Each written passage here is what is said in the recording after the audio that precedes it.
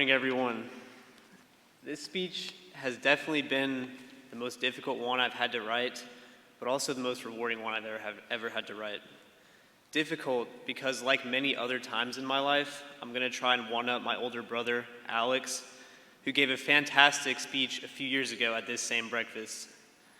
It is without a doubt the most rewarding, though, because I get to brag about my mom, a gesture which I love to do all the time. And I can say, for the first time in my life, that trying to make my mom cry is a good thing. So here it goes. My mom has somehow managed to deal with two demanding full-time jobs.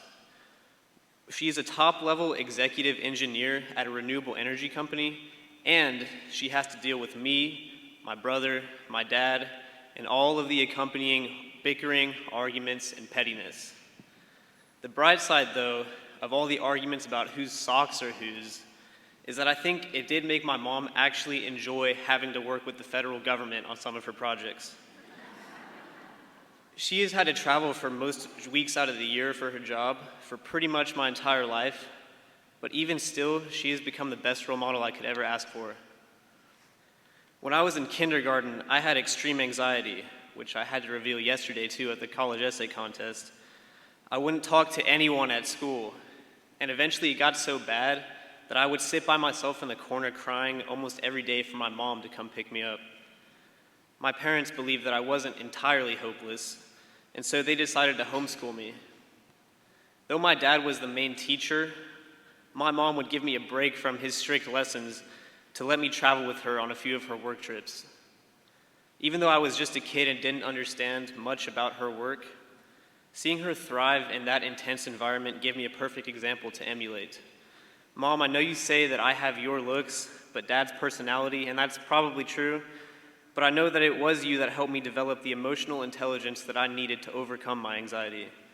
Without those trips with you, I definitely would not be speaking here today.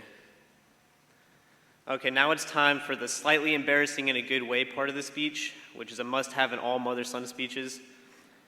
My mom is the only person that I know that would be able to run a marathon in Athens without music, not by choice, but because she accidentally disabled her iPhone for longer than a day after entering in the same wrong passcode at least 100 times.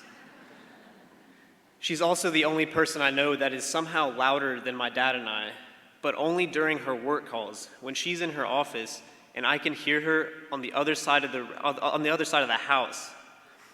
She's also the only person I know who could fly back home from DC at 6 a.m. on a Friday morning and then stay up until about 3 a.m. watching a football movie with me after I had just lost the last high school football game of my life. It's moments like these where I find a special appreciation for my mom. I have the rare privilege of being able to believe unconditionally that my mom wants the best for me.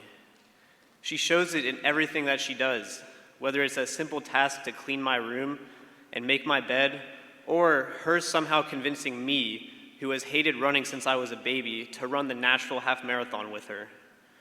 One of my proudest memories is crossing that finish line with you, Mom. Well, 30 minutes behind you. She has made and will continue to make me the best person I can possibly be. Mom, it's impossible to replicate or reciprocate your selflessness, but I hope you know that I do notice and deeply appreciate all of the things that you do for me.